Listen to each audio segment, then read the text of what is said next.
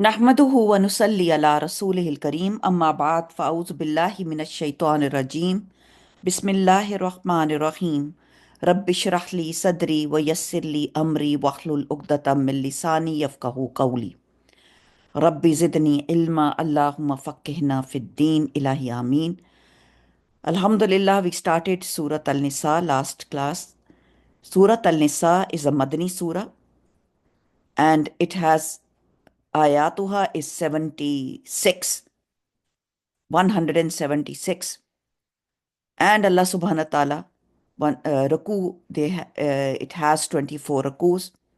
It is also called Surah of Al-Adl, and it is the Surah of family life, about the family life and about the rights of the people, especially the women. So, Subhanallah, Allah subhanahu wa ta'ala started with Ya ayyuhannasu ttaqu rabbakumul lazi khalaqakum min nafsin wahida wa khalaqa minha zawjaha. Allah subhanahu wa ta'ala explained that, O people, O mankind, you safeguard yourself, be conscious, adopt taqwa, rabbakum, from your Rabb. And who is the one who has created you from min nafsin wahida, from one soul, that is Adam al-Islam, wa khalaqa minha, and he has created minha, from this nafs, zawjaha, its spouse, its pairs, wabassa, and he spread minhuma, from them, from the spouse of Amma Hawa and Adam al-Islam, and he spread it. Wabassa minhuma rijalan, men, many mankind, the generations. And then Allah subhanahu wa ta'ala says, and kasiram wa nisa, and there were many men and there were many women. Allah subhanahu wa ta'ala then says, one nisan, and then Allah subhanahu wa ta'ala distributed the generation from men and women. And Allah subhanahu wa ta'ala again then uh, again tells us, wattaqullah, safeguard yourself, adopt taqwa, be conscious of Allah subhanahu wa ta'ala, be conscious that Allah is watching you. Allazi hu tasaaluna, who ask each other about your mutual rights, bihil war arham, bihi wal arham, through him and his relationship. So I told you that they are maternal and they are paternal. Both relationships are there, like from your mother's side and your father's side. Allah subhanahu wa ta'ala will ask you about your relationships. And from Ar-Rahim, Ra Ha Mim is the womb, from your mother's side, and how many generations you are supposed to be looked after, or you should do 7 generations from your mother's and 7 generations from your father's side. If somebody is needy or somebody needs help in anything, in his rights or respect or love or care, Allah subhanahu wa ta'ala wants us to uh, be in your best behavior with your relationships, because Allah subhanahu wa ta'ala has not given you choice. You have a choice to make friends, but there is no choice for your relationships, like your mother, your father. Allah subhanahu wa ta'ala has given you this as a test also. Your husband, your wife, your children, you have no choice. People have autistic children, or they are they are their special need.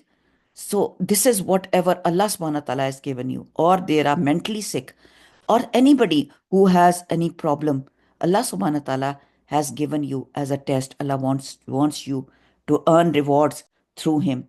So the rights of everybody is there.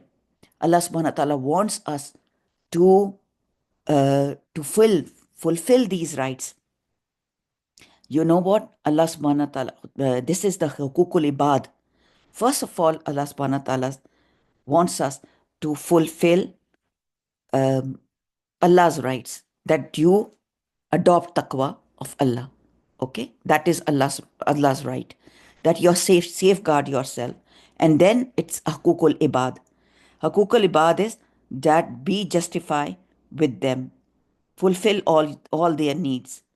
The rights, especially the the surah talks about orphans, about women, about the rights of the children, and how people should behave, in what pattern they should follow the rules of Allah subhanahu wa ta'ala, and they should give each other's rights. Like, like subhanallah, if we rent a place, or you are like giving a property to somebody, what do? They write the tenancy contract. They are, because it's been rented to you. So Allah subhanahu wa ta'ala has given you your this body as a rent to you. So it's on lease. So Allah subhanahu wa ta'ala wants to keep everything and do everything for his sake also. So it's mutual agreement between Allah subhanahu wa ta'ala and you, that Allah has given you parents, Allah has given you children, Allah has given you all these as a test, and Allah wants to test you, subhanallah. So Allah subhanahu wa ta'ala says, Inna Allah kana alaykum raqiba. Indeed, Allah, He is, or He will be, alaykum, on you, raqiba, is constantly watching you, because what kind of respect you are giving each other, or what kind of love you are giving each other, how are you caring about each other, what is your behavior with your parents, in-laws, your brother-in-law and your sister-in-law, everything is being watched by you. And Allah subhanahu wa ta'ala said, and that you adopt taqwa. This is, um, you know um, everything has a method to do it properly. So Allah subhanahu wa ta'ala says to fear of Allah, that this fear of Allah, when it is in your heart, this is known taqwa. And the truth is that, how do you adopt taqwa? The taqwa is more effective when you are having a power. You are having a power of something, and you then don't apply your powers everywhere. Like, you are given the strength, you are given the health, you are a father, or you are a mother, you have a power. And if you have a power to adopt something, then you adopt taqwa. You bend yourself, you fear Allah subhanahu wa ta'ala, and you don't want to lose your temper on somebody, or you don't want to do zulm on other persons. So Allah subhanahu wa ta'ala says your rights from the others and the ties of the relationship, surely Allah is watching you very closely. So subhanallah, in this first ayah, Allah subhanahu wa ta'ala warns us, Allah subhanahu wa ta'ala gives us the wisdom, that Allah subhanahu wa ta'ala, his own wisdom is an example for us, that Allah subhanahu wa ta'ala is watching us, but He is merciful. Remind you, if He starts, punishing us on whatever we are doing, nobody on earth would have been left. So Allah subhanahu wa ta'ala is forgiving us on what our mistakes every time. So if we people do something bad with you, just ignore them. Just be, you've got the power to do something, but try not to do it. Try to relate your kinships with the others. This is what Allah subhanahu wa ta'ala says, that it is not only the fear of Allah and the fear of Akhirah also, which demands people being together, and people are the same creation from His Lord, but this bond of brotherhood between human beings also requires the rights of humanity, the mutual sympathy, the well-being, the collective goodness, by fully, being aware of each other. Because between people, like people, man and man, or women and women, there will be low and high status, low and high caste, or race, or color, or language. Then all these distinctions are by the creations. They are good and they are bad. They are noble and they are meaningful and meaningless. All sorts of people are there. But Allah subhanahu wa ta'ala says that who has created you from a single soul and who is the and Adam al Islam is the father of all the human beings, and he is the one. So subhanallah, Allah subhanahu wa ta'ala tells us that we should be watching our rights. So subhanallah. Then comes the second ayah. Just watch it. Then Allah subhanahu wa ta'ala says that you give orphans. The first right he demands is for the orphans. Amwalakum, their wealth, and don't exchange impure with pure. Now, what is impure and pure? That can be anything. Impure and impure, subhanallah.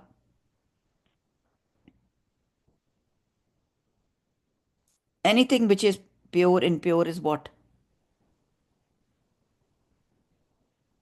Which your halal and haram.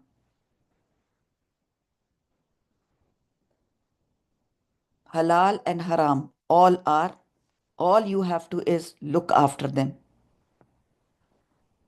You don't exchange, like, if you have good property.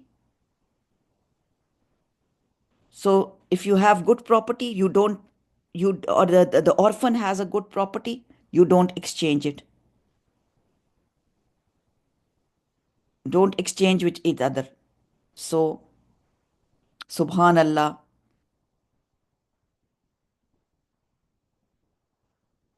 that's what Allah subhanahu wa ta'ala is telling us. That don't exchange good with the bad. If you are in charge, you are guardian of something, and you are in charge of something, you can eat and you can take. You can take whatever you want to.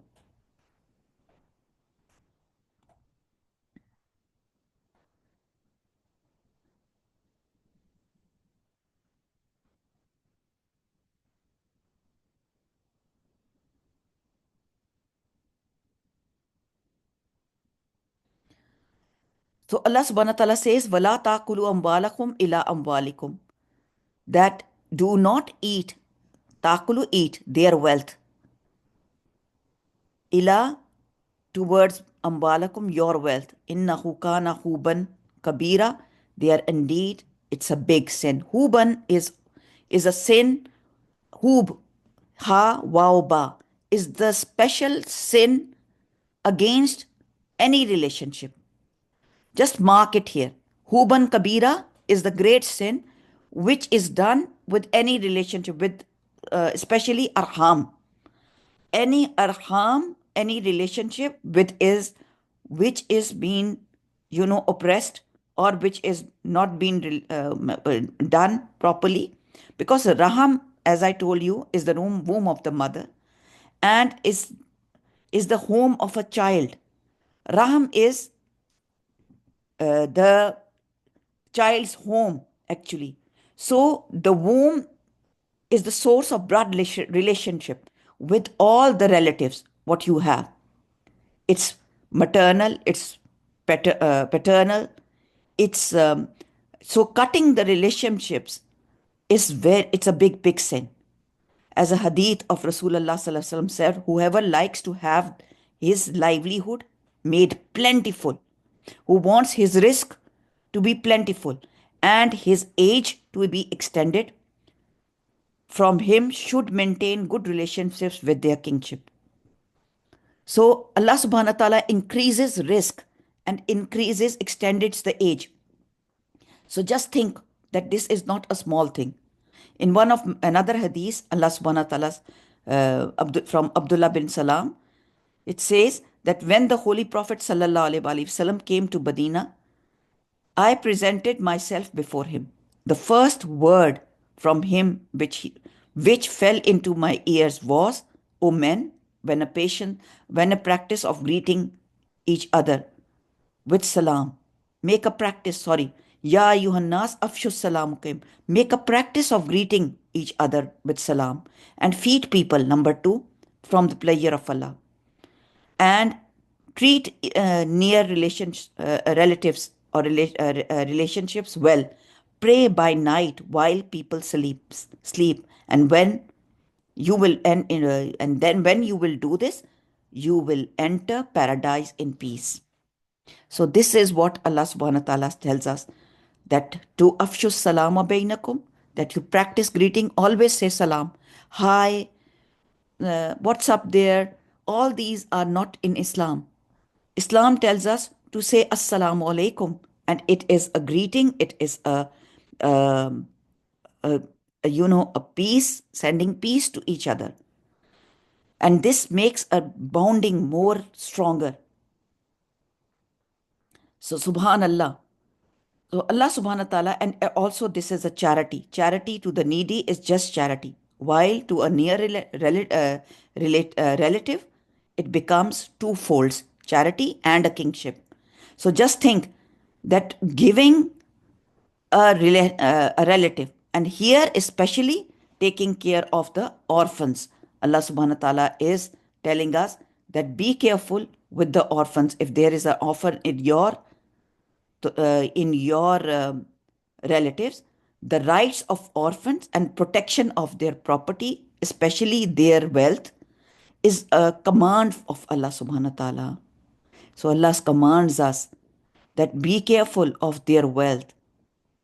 If you know what is a yatim, I told you who is an orphan, who is a yatim. Yatim is a child whose father has died and whose parents are not there, but when a child attains maturity, he is baligh, that is, becomes pubert, he is no more referred to as a yatim. Yatim is when there is, like, orphanhood ends when puberty is there. So Allah subhanahu wa ta'ala tells us that, okay, now if they are orphans, take care of their property, give their orphans their property when they are matured enough to handle, or they have the skills to handle their money. Allah subhanahu wa ta'ala in ayah number 3 says, in khiftum, and if you, khiftum, you fear, you all fear, illa, that you will not, you are not justice. As I told you, this surah is also has another name, and its name is justice, because Allah teaches us how to be just to each other. So Allah subhanahu wa ta'ala says, you all will do justice. Fil yatama, and justice, the root word is tuqsid, ka, qaf, sin, ta is the root word. Qaf, sin, ta. Khiftum, khafi, kha, kha, fa, ya is the root word. Tum is you. Tum in Urdu, like you use tu. Tuqsitu, tu is you. Tuqsitu, waw alif is for plural, for more people. If you can't do justice for more than one, like it is a plural. Fil yatama, yatam is the root word, it's a wahid, and yatama is the orphans, the more orphans. Fan kihu, and you all marry. This is especially for the women. If you are not able to look after the women who are yatim, then you marry them. Ma taba lakum, whom you like. Taba is you like them. Minan nisai, among the women. Masna, in twos. Sulasa, in threes. Waruba, and fours. It's allowed till 4. Wa in khiftum, and if you fear Allah, that you do not. Ta'adilu, adl, ain, dal, lam is the root word. Then you are not able to do justice. Fawahidatun, then one. Then if you are not able to do justice among them, then one is enough. One wife is enough. Aw ma malakat aymanukum, or who has possessed your right hands. That is your the ones you have brought after you have after the war booty. The women used to come uh, as a prisoners. There was no prison, there was no jail, so they were supposed to live with the people. They were distributed among the peoples that they can live in these people's house. So keeping those women was a big responsibility. So Allah subhanahu wa ta'ala allowed them to be married to the people who kept them in their houses because they could look after them. Zalika, Allah subhanahu wa ta'ala says, Zalika, that, Adna, it's nearer, Dal, Noon, Wow, Dunu or Duni, Dal, Noon. Dunya is also from this root word, that it's near. Dunya is a near. So it's nearer Allah that not ta'ulu, that you incline in justice. Now I'm going to explain all these three ayahs. The word, yatama, yatam, is in this verse means orphan girls. So orphan girls, yatama, or orphan girls. So the terminology in Sharia is yatim, is a boy or a girl who has not yet reached the age of puberty. So this verse proves that the guardian of an orphan girl, does have the right to give her in marriage while she is a minor and has not attained the age of puberty yet, but on conditions, and they are the conditions, and there is a condition that this decision is based on wisdom and the future welfare of the girl. This is to avoid unfair practice, which was common among them, that they used to keep the girls, and they when they were grown up, the girl is married to anybody whom they like. But here Allah subhanahu wa ta'ala wants to protect them, that when they are grown up, girl is married to a child without any regard for the difference in the ages and without any investigation into the living conditions or the character of the boy. So to protect them, the guardian is responsible. He is the given wisdom that to select whom to give her hand. The orphaned girls who have attained the age of puberty are no doubt entitled to choose their husband freely on the basis of their majority. And the girls traditionally, like the Islamic societies, tends to be modest and shy, so usually would not come out and strongly express themselves that this is my opinion, I want to marry such and such person. So that's why Allah subhanahu wa ta'ala says that their guardians do for them the good in, and they should be in good in faith also. So it is the duty of the guardian that they should stay clear from taking any steps that violates the rights of the orphan girls. In short, this verse lays down the injunction that total vigilance should be observed to make sure that the rights of these orphan girls are not violated in any manner. Responsibility is there on the shoulder of the government or the guardian, the ones who are looking after them. People themselves have been commanded to fear Allah subhanahu wa ta'ala and do what is right. So that is, the people around them should be very conscious that they are giving their rights or not. So Allah subhanahu wa ta'ala gives all the responsibility to the guardian, whether it's the government who is the guardian, because if the Islamic law, the Islamic government will be responsible for the orphanage. So this is what these verses are said. The expression of ma taba. Ma taba in this verse, as explained by Hassan Basri, Ibn Jubair, Ibn Malik, may the mercy of Allah be upon them, means ma halla, that is women who are lawful for you, that there will be a mercy upon. There are others who taking the literal meaning of mataba. It's explained it means that whom you like, but there is no contradiction here. It simply means women you like out of your natural inclination, and that be lawful for you in terms of Sharia. That if you like some women, you can marry them, but here also there is a law that you can marry only 4 at a time, but the condition is that ta'dilu, you have to do equal justice.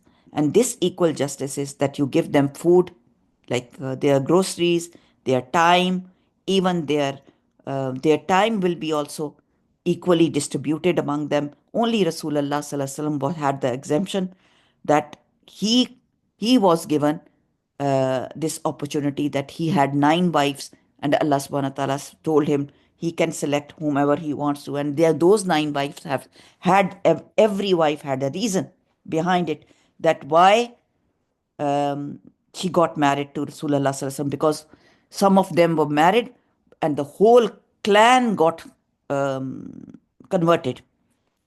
So, subhanallah, Quran was made much, much more clearer by giving us ruling that Allah subhanahu wa ta'ala explains us that he had 9 at the time, even 10 wives who had also embraced Islam, they converted, and Rasulullah sallallahu alaihi wasallam asked him to select the 4. The people told them when the Quran was revealed at that time, there was a person who had 9-10 wives. So after he embraced Islam, Rasulullah sallallahu alaihi wasallam told him to now select only 4 and release the rest by giving them divorce. And just select the ones whom you want to keep. So people did it. He right away, people, subhanallah, there was also another guy who had many wives, and Allah subhanahu wa ta'ala told him, Rasulullah sallallahu alaihi wasallam said that 4 women is now in the ruling, so now only select 4. So they obeyed, because they said Samina wa atana. So alhamdulillah, Qais ibn Haris al-Asadi says, when I embraced Islam, I had 8 wives. I mentioned this to the Rasulullah sallallahu alaihi wasallam, and he said, keep 4 of them and divorce the rest. So according to the report of Ibn Masud, who embraced Islam, he had 5 wives in the nikah, and the Prophet sallallahu alaihi wasallam asked him to do the divorce 1 woman, and this incident appears in Mishkat, and these incidents were in Hadith, so we could find out that Allah subhanahu wa ta'ala, as soon as he revealed anything in Holy Quran, and right there and then they used to obey Allah subhanahu wa ta'ala. Subhanallah. So the first ayah is from the ayah of khutbah. Remember that it is Rasulullah sallallahu alaihi wasallam always used to say this ayah in the khutbah, especially in nikah and Jummah khutbah. So this is very, very important ayah that Allah subhanahu wa ta'ala warns us that be careful of your relationship. And then Allah subhanahu wa ta'ala talks about the orphans, and especially the orphan women. So next class we will do the ayah number 4, and it's about the dowry and the bridal money, inshallah. Barakallah fi. For today it's enough, inshallah. Any questions? If you have any questions, you can ask me, write it down in the chat, or you want to clear anything, please let me know. Your your tajweed class is just before my class. And how do you read the tajweed and to the sister Saima? This is very important. You have to read word to word. So remember that this is how you will read Ya ayyuhan nas. O the people, Anas, the people of mankind. One word, one meaning. Ittaqu, adopt taqwa. Rabbakum, from your Rabb. Allazi, who. Khalakakum, he created you. Min, from. This is the way to learn word by word. Nafsin, nafs is soul, self. Wahidatin, single one. Wa, and. Khalaka, he created. Minha, from it. Zawjaha, its pair. Wabassa, and he spread. Minhuma, from them too. Rijalan, men. Kasiran, many, plenty. Wanisa, and women. Wattaqu, and adopt taqwa of Allah subhanahu wa ta'ala. Allazi, who. Tasa'aluna, who you will ask each other mutual rights, whom you ask each other mutual rights, bihi, with or through him, wa, and arham, and from the relationships. Inna, indeed, Allah kana, he always is, alaykum, upon you, raqiba, always constantly watching you, the one who is watching you. So subhanallah, subhanallah, Allah subhanahu wa ta'ala here, right in front of our eyes, this blessed Quran explains so many things, because Allah subhanahu wa ta'ala wants us to be conscious of what we are doing in our family lives, especially. So that's why, when Sayyidina Jawairiya came as a prisoner of jihad. Who was Jawairiya? Rasulullah sallallahu alaihi wasallam's wife. And she was like the other prisoners. But she too became one of the distributed and found herself in the share of Thabit bin Qais, or his cousin. But she succeeded in making a deal with her master. The deal was that she would give him a certain amount of money against which he will release her. After making this agreement, she came to the Prophet ﷺ and sought financial assistance from him. He said, "Shall I not tell you something much better than this? That I pay on your behalf and marry you." She agreed with pleasure. Thereupon, he paid the amount due on her behalf and married her. This resulted in something unusual. What happened? Hundreds of Saida Jawairiya's people had by that time passed into the ownership of the noble companions, because all of them had come as a prisoners. When the companions found out that Rasulullah sallallahu alaihi wasallam had married her, all of them when realized their respect as a slave, and then they found out that how they will, subhanallah, how they will be treated. Just imagine how, subhanallah, Allah subhanahu wa ta'ala made this happen. And all of them, they accepted Islam. So this is how Rasulullah sallallahu alaihi wasallam, subhanallah, got married to some, and the whole clan became Muslim. So this was how Allah subhanahu wa ta'ala explains us that, and because of his marriage with Jawairiya, 100 families from Banu Mustalik became free. And Aisha radiallahu ta'ala says that I know no other woman who proved to be greater in blessing for her people.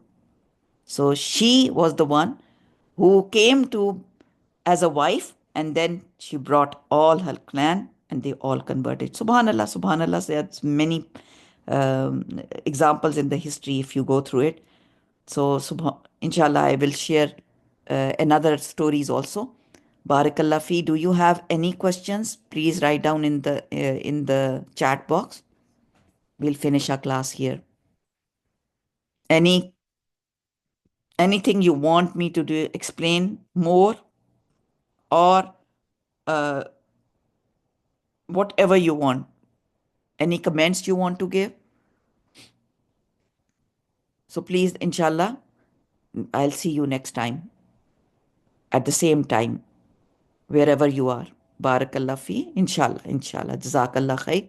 Barakallah fi, subhanakallahumma wa bihamdika, ashhadu an la ilaha illa anta, astaghfiruka wa atubu ilayk wa akhru da'wana. Alhamdulillahi rabbil alameen. Assalamu alaikum wa rahmatullahi wa barakatuh. Jazakallah khair for joining me.